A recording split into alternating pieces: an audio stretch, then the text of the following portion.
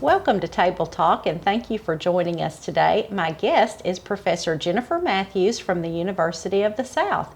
Jennifer is with the Department of Theater and Dance and is here to talk about her participation in a 30-day clothing challenge and give us some insight on what she gained from it. So welcome to the show, Jennifer. Hey, thanks for having me, Karen. Yeah, you're welcome. If I can call you Jennifer. Yeah, absolutely. Okay, absolutely. Good. I always wonder with a professor, with someone with a doctorate and stuff, if I should call you doctor. But well, I only have a master's in fine arts, so that's okay. That's plenty, Jennifer. I'll call you that. Right. All right. So tell us a little bit about what you do at the University of the South.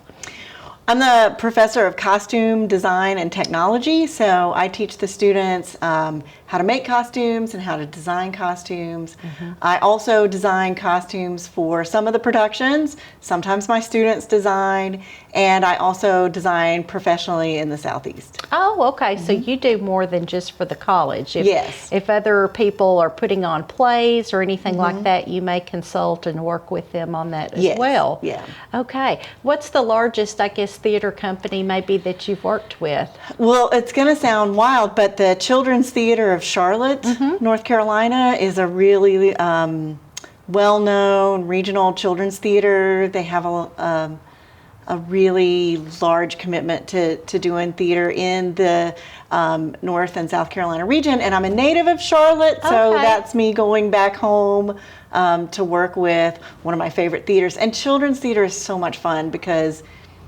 maybe you have dragons, maybe you have dogs, maybe you have, people from another land. There's always a lot of challenges that are really fun in children's theater. I know. I think we have a couple of theater companies that work here, and I'm amazed at times how they transform people into animals, or like you said, fish, and all kinds of challenges that go with that in a way too that makes sense and that is still usable for the actor, where they're not just I guess tied working with one hand behind their back as far as trying to work in their costume. We typically try not to have that happen unless the script calls for it. Yes, that's true.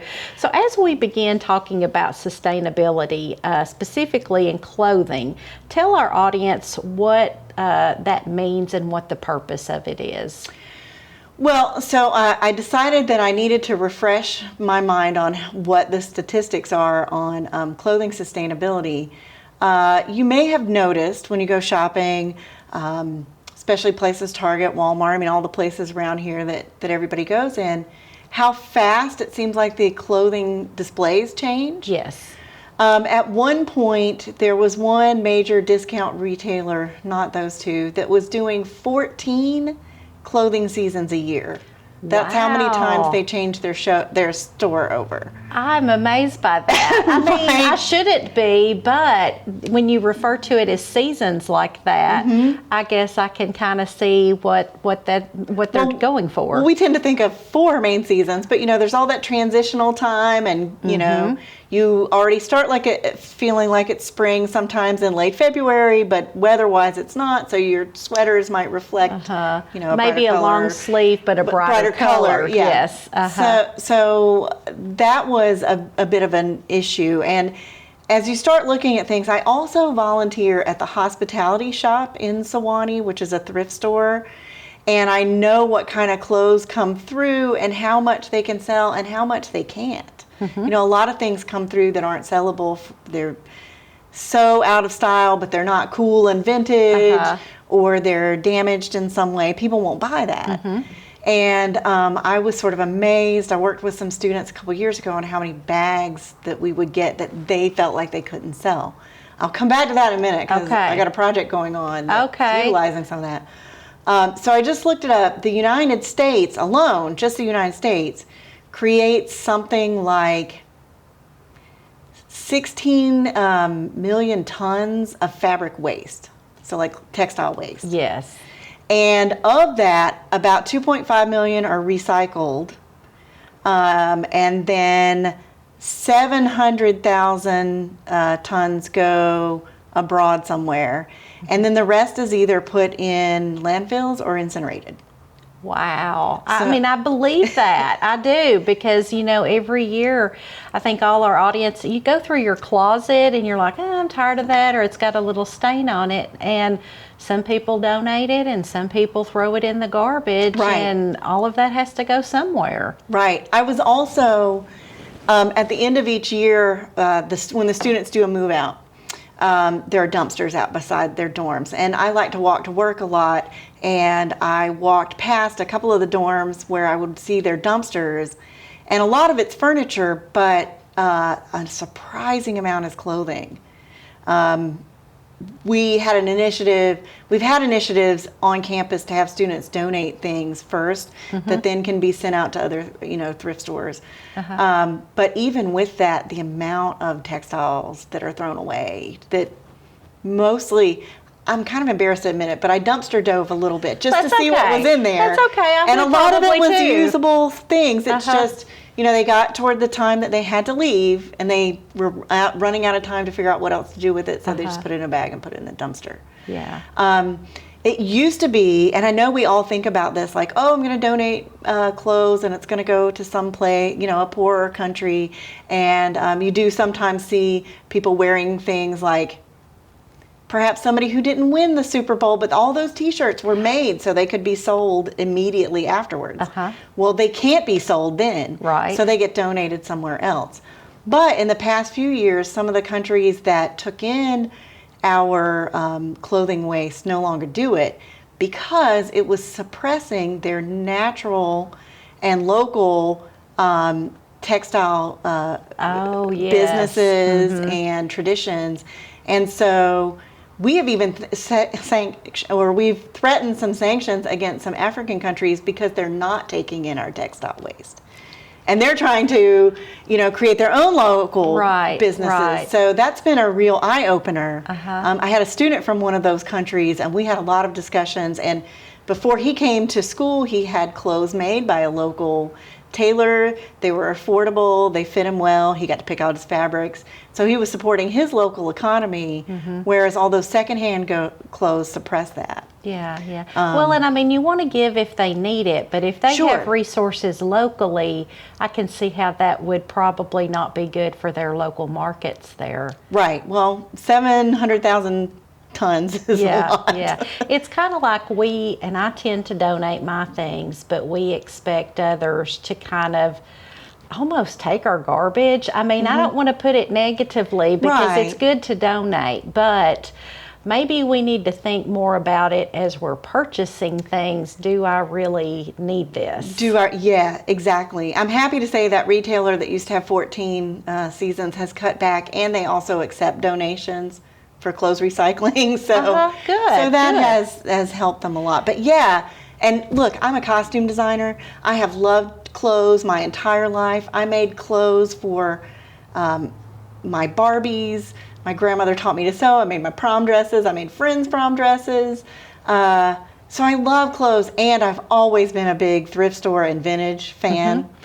And I have probably still too many clothes, but I try to buy secondhand to at least not create too much. But it's everywhere. I mean, one of my favorite clothing designers just put their summer sale on, and I'm looking at it and I'm like, I could have, it's pretty, it's pretty cheap, but do I need it? Do I need it right now? Yeah, so it's hard. That's what I was thinking about. Historically, I wonder when society changed their mindset about clothing and how we became such a clothing obsessed society.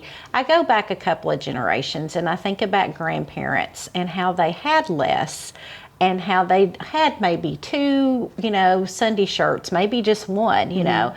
But then I also think about going back even further, kind of the upper tier of society. Clothing has always been, I think of like Queen Elizabeth or people like that.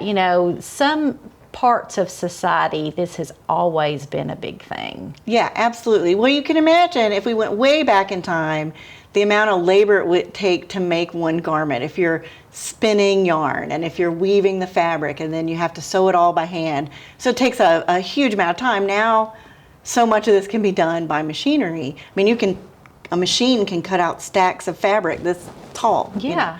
And so it was more labor intensive, which made things very expensive. So of course, if you were on the upper end, that was available. Afford those things, right? If you were on the lower ends, you maybe had a couple of things that you worked in, and then a couple of nice things, and you were really good at mending things and repairing things and spot cleaning. We don't spot clean things anymore.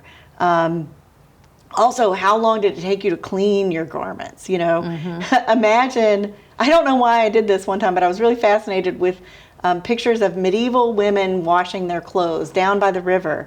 So you'd wash it down by the river, and then you'd put it on a rock, and then you'd beat it with this bat to kind of, it pushes all the dirt off, and then you rinse it out, and then you have to lay it out, you know, to dry. That's a lot of work. It is. That is a lot of work. Yes, more than what we have time for. And we can these just throw days. it in the washing machine Right. and dryer, and we're done.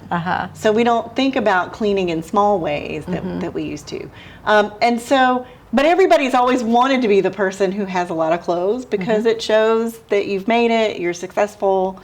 I think for a lot of people, their identity gets wrapped up in their clothing. Yes. I mean, that's all kind of my kinda business have too, that, is to right. figure out like what kind of clothes a certain character would wear. But we all do that. I know that I kind of prided myself on, it would be rare that you could say that I'd worn something, you know, a lot. Yeah, you know, right. I'd worn it a couple of times for something special. Yeah. And I just felt this compulsion. I also thought as a costume designer, people are always wondering what I'm wearing.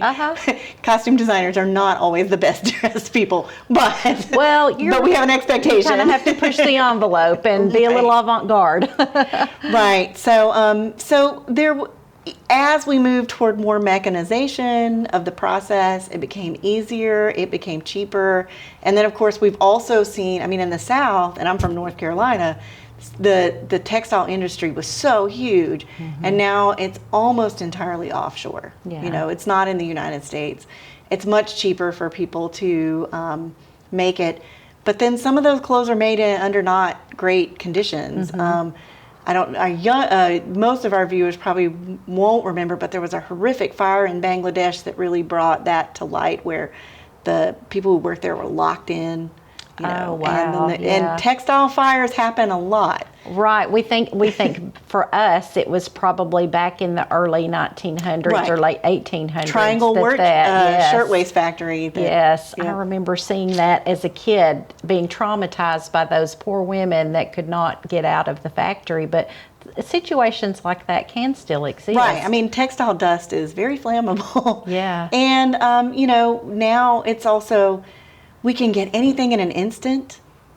You know, Yeah. Amazon can have it at your house, even in rural Tennessee, in a couple of days. You see ads constantly. Everything's on the computer. My friends laugh at me because I always seem to have a very full inbox, but I'm on like every clothing business's mailing list because of my profession. Right. But it's just a nonstop, you know, buy this, here's the new looks, here's the new thing, here's the new styles. And you feel compelled to keep up with that. Yeah, that's true. And even though maybe it's okay if we have something that, I've had this shirt probably about 4 years now, and so it's not the latest on trend by any means, but why should I get rid of it? Exactly. If something is still fitting you well and is still serviceable, and maybe you can make tiny repairs on things to keep the life going, why get rid of them? Yeah. And a great basic garment that then you can accessorize or put other things on that are maybe unique and stylish for the time, you can still cut down on your waste that way. Yeah, that's a good idea. So tell us, I guess, how you formulated your idea. And I'll just say, I don't know if we've spelled this out in our conversation, but what Jennifer did was she wore the same dress, which is what you have on today, for 30 days in a row. just as a challenge to yourself, but you did come up with that idea, I guess, from the manufacturer of the dress. Right. This particular company called Wool And, with the symbol and, was doing a challenge. They had a challenge that was 100 days. And I was like, I don't know if I can do that. And then they came out one that was 30 days. And I thought, I should try this, because I'm preaching this all the time, that we should do more with less. And I do like their clothing. I started buying wool t-shirts a couple of years ago for travel. I thought I was going to go to Finland. Then the pandemic happened and I didn't get to go there. But I was trying to, in spring, so I was trying to balance that I was going to be up near the Arctic Circle being very cold and very not. And had wool, to be breathable, I right? guess. And so wool is a great, especially merino wool or some of the lighter weight wools are really great at breathing. We don't remember this, but our ancestors used to wear a lot more wool than we do now, even in the hot, humid South. Right. And so wool breathes really well. So that this company issued a challenge that if you would wear it for 30 days straight, you could get a $30 gift certificate to buy something else from them. If I'd worn it 100, I could have had a $100 certificate. But I had been thinking about it for a while, and I was like, I'm just going to do it. So I actually asked my husband to have this as my birthday present, this dress. And so it arrived in time for my birthday, and the day after my birthday, I started wearing it for the challenge. And so the other thing I had to do was document it on social media every day, which I'm not great at posting on social media every day. So I had to make sure I took a picture and posted it every day. And when I first started, I did feel compelled that I had to have a unique look every day, and so. Right, we're going to show some of the pictures, different scarves and different necklaces, and you even put pants with it at times. I did. I was really inspired by some of the other people who were doing the challenge online.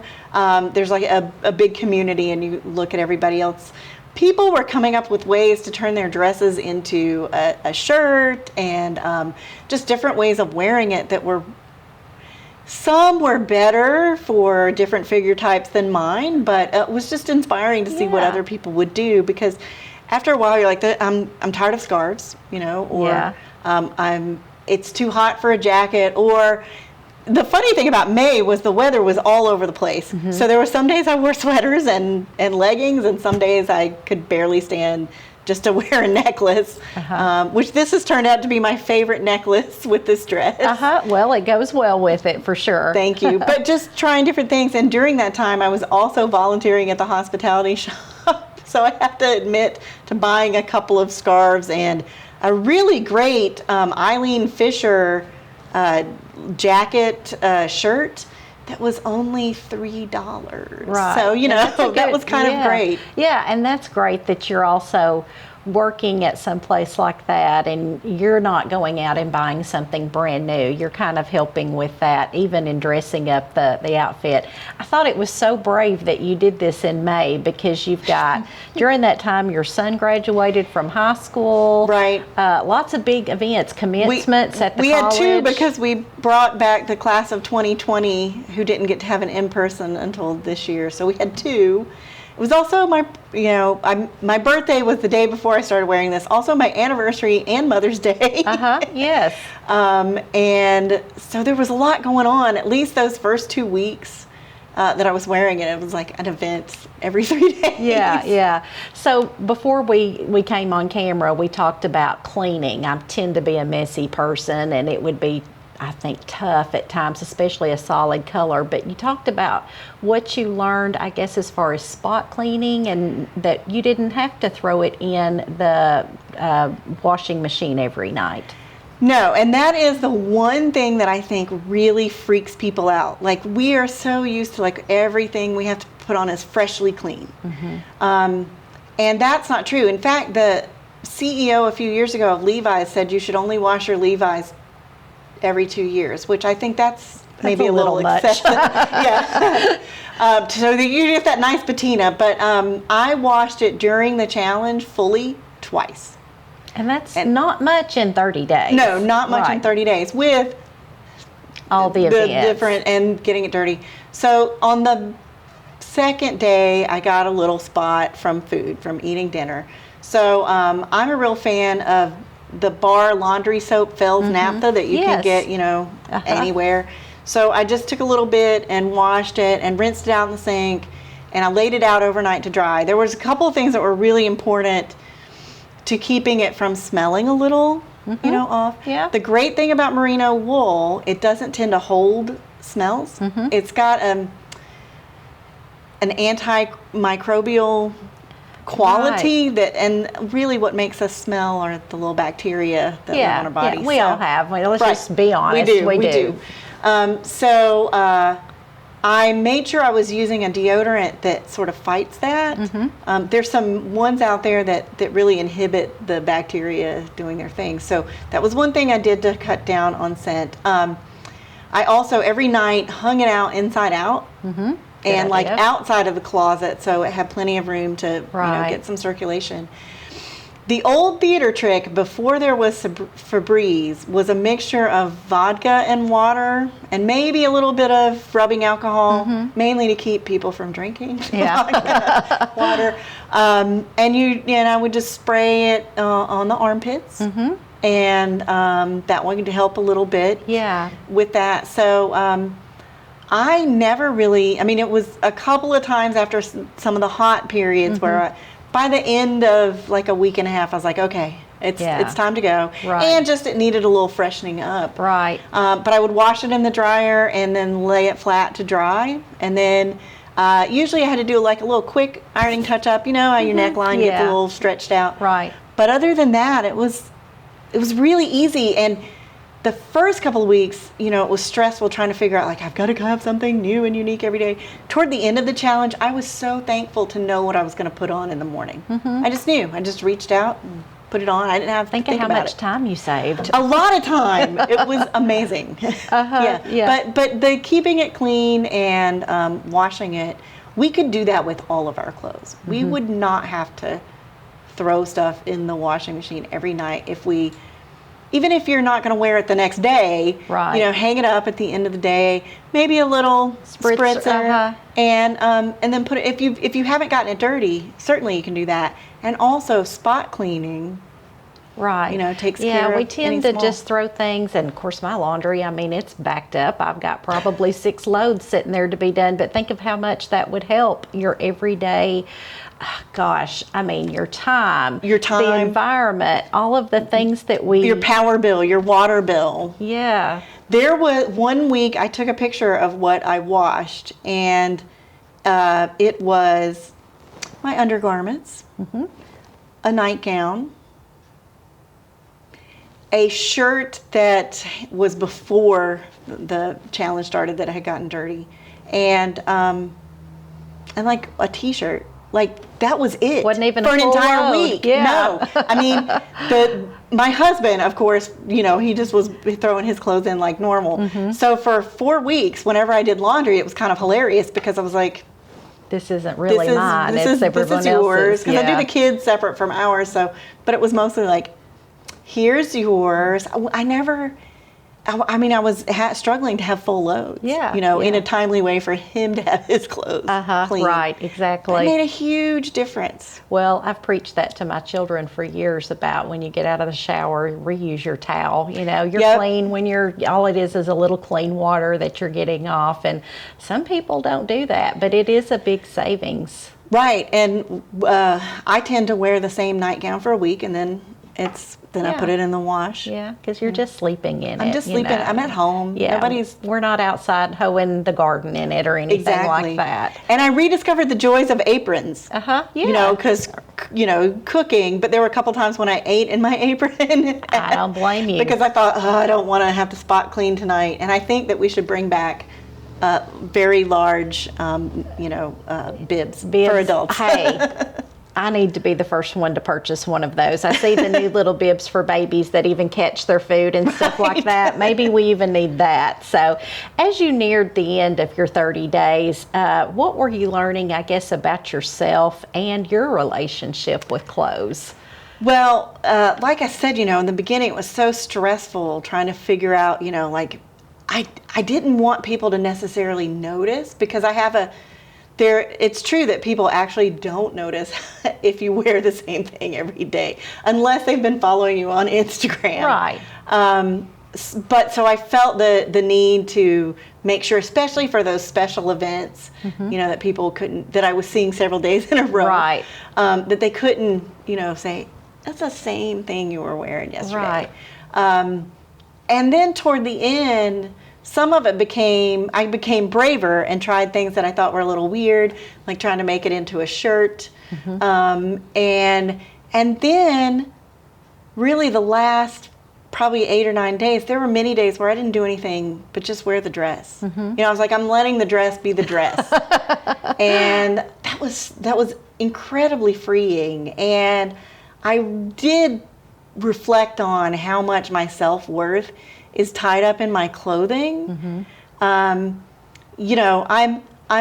not petite or young at this stage in my life. And so I always thought, well, I'm not going to be the Let's embellish this 50-year-old body. Let's take this 53-year-old body and, if I can't be gorgeous, I can at least be interesting. So, I spent a lot of time thinking about that kind of stuff. And I think about at work, what kind of image am I projecting? It's an interesting fine line to be in the arts and to be a professor. I bet, yeah. And so, I have to be professional, but maybe just a little quirky. Yeah. So I spent a lot of time with that, and I also have to do that for work, figuring out what fictional characters would wear, and maybe it's nice to give myself a break. Maybe it's nice that I don't have to think about this all the time. And then, just the stuff with not cleaning and doing less. I'm about to create a lot of textile waste because I have been purging my closet. I just don't want the weight of all those clothes in my life as well. Of course, I'm taking them to the thrift store, or putting on Poshmark or wherever I think that it makes the most sense. I love secondhand online too. Yeah, that's a lot of fun. I've gotten on Poshmark before, but that's a whole nother market out there where people are really looking for, a lot of times, high-end clothing at reasonable prices. Right. Well, certain clothes are made so well that they will last for decades. I worked at a vintage clothing store when I was in college, and we were selling clothes that were, much older. One of my favorite dresses was one from the 1930s. And that was in the 80s. So it was 50 years old then. Well, they were made well and held up very well. Fabric was really good. Right. And our new clothes that are coming out of that fast fashion are not made well, and they're not holding up well. Yeah, definitely so. You can almost read through a T-shirt these days, That may be part of the trend, but I think it's also a cost-effective way for people to mass-produce things. Right, and certainly there are concerns for things being affordable for people. Yeah. And it's nice that people can go and buy, a dress for under $20, but that dress is only going to last you, at best a couple of years. Whereas I think that this dress, barring some attack by my cats, but then I'll just mend it, this could last me 20 years or more. Yeah. Well, the oldest thing I was looking the other day, going back to mending and stuff, I think I have some socks that I have from college. So you're talking a long time ago. Right. But, a lot of people just pitch them, but I still, as they call it, darn your socks. Darn your socks, yeah. Where, there's no sense in throwing something like that away. I've even looked for creative ways to utilize that one stray sock that you get where the washing machine ate the first one. So, yeah, but we've got to be creative in things like that. Yeah. Well, so I'm excited that right now I'm working on a project with our professor of dance, Courtney World, and a student, Katie Sweeten. Just this summer, we're creating a piece, and we're trying to, everything that we use in it is going to be recycled materials. So I've been collecting, especially those, have you ever gone to like a family reunion and got a T-shirt? Yeah. Or you went to a concert or something. Concert, you got a T-shirt. You went to a fundraiser, you got a T-shirt. how often do you wear those again? Not very often. No, Yeah. because it was fun for that day. Right. And then, of course, we at the university, you know, we have Greek organizations and other organizations that create T-shirts for one-time events. You might wear them a couple of times, and then they get donated. So working at the hospitality shop, I keep seeing these shirts. And so a lot of what we're using are either the stained and torn ones or the ones from these one events. Yeah. And we're still in the conceptual phase. Yesterday we were making pants from T-shirts.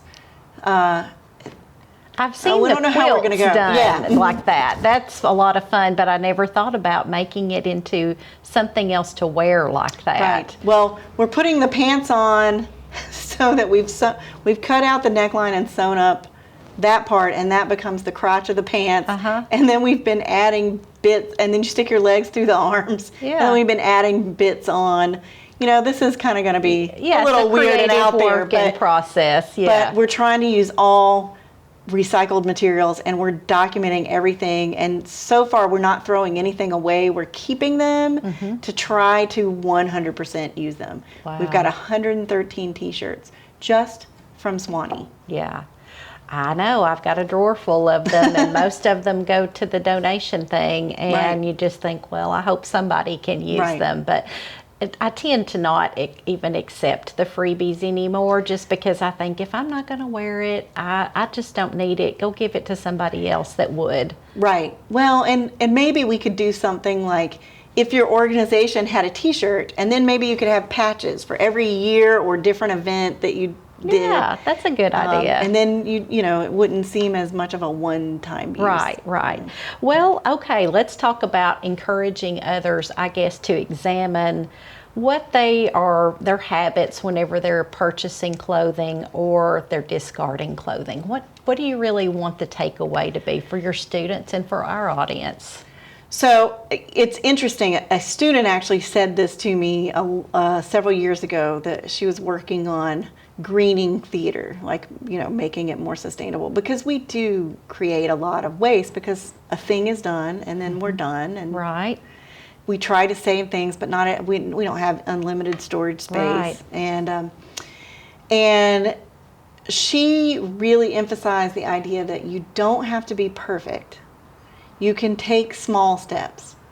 And she was talking about some things about, like, the kind of cleaning products we were using. She said, don't throw out what you have if you're like, well, this particular thing is not good for the environment. Don't throw it out, use it up, and then do better the next time. Buy something a little bit better the next time. And I think that's probably a good approach to this.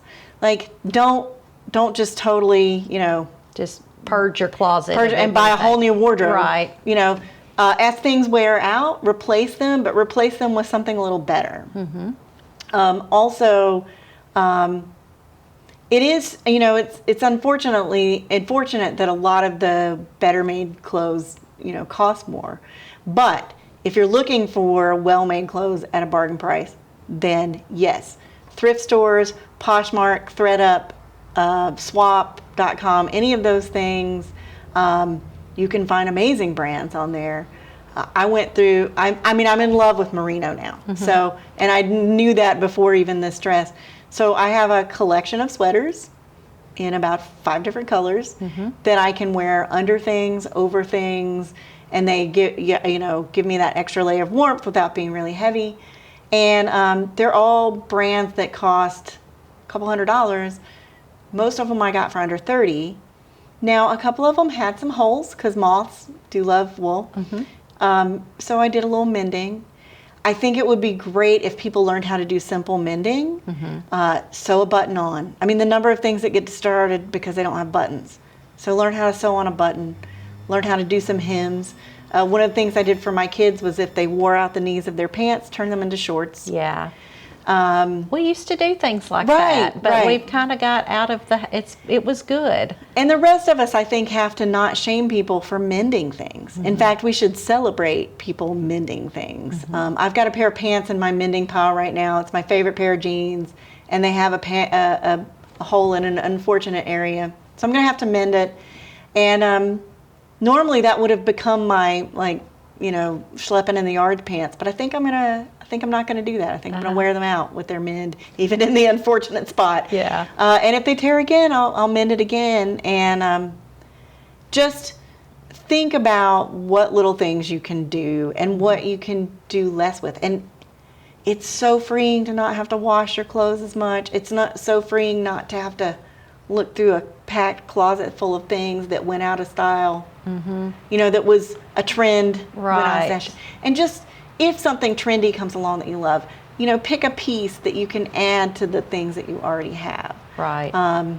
And so when its life is over as a garment, assess whether it really should go to some place to resell. Those places so many of those places are dependent on volunteers. And a lot of them tend to be elderly. Do not give them things that are torn and stained and painted and whatever, because they have to sort through all that stuff. Then they have to, figure out where it's going to go. Right. There's a few places, Goodwill will still process things for rags, but not like many. They used to. And so just think really thoughtfully, clean them before you donate them too, so that people will want to buy them. Right. Because nobody wants a bad Well, yeah, and I would think that's thing. probably something that they're going to throw out. Is if it's dirty, they're not going to launder it. They just go straight from the bag onto unless they have a volunteer that's going to take it home. They don't. They probably don't have cleaning facilities. Right. So, and then just think about how you can spot clean. All of that things. Hang things up to freshen out so you don't wash them as much. I mean, even wearing something 30 days and only washing it twice is a little extreme. I get that. But imagine if you washed it every other time you wore it. Yeah, or once a week, or if you're wearing it every day. If you're wearing it every day, yeah. But just maybe try drying it out and see. I mean, some things you want to watch more often. Right. The things that are close to your body, but yeah. I do have a fascination with medieval clothes, and one of the things that they did, and one thing we don't do anymore, is wear T-shirts. Like men don't wear T-shirts under shirts. Their inner layers were usually like linen, which is easier to wash than wool. And so you would wear that, and you might wear the same outer garment all the time, but if you changed the linens, even if you didn't fully wash your body, if you changed the linens and put on clean linens, you stay cleaner. Yeah, I guess that must be how because they just did not bathe constantly. Not in the full way. They weren't quite as dirty as like we think they were, but they did a lot more. Spot cleaning. My grandmother used to call it a bird bath, face, wings, and tail. Yeah. So. I always, every time I watch a Pioneer show, I have so much respect for those ladies and gentlemen that went across and didn't have access to sometimes water and things like that. But good for them, because I don't think I could have done it. Well, it's interesting because I think a lot of this technology for like the right blend of merino to be comfortable has come out of the people who go camping, like on those extreme camping strips where they're. Yeah, you see a lot of that merino wool still in hiking stores and outdoor stores and things like that. Yeah. So that would be a good place, I guess, to make your bigger purchases. And it's usually very well made. Yeah. Well, I mean, it's gotta be rugged. Right. And it's so much better whether the temperature is kind of cool or kind of warm. That's the amazing thing. People were like, "How are you going to wear wool in the summer?" I'm like, it's kind of better. Yeah. Well, it's just been fascinating, Jennifer. We could probably go on and on. I could. Yeah, yes. I appreciate you coming and talking to our audience about sustainability in clothing and what your experiment, what you learned from it and everything. And I hope you enjoyed your time with us today. Come back and join us next week for more Table Talk.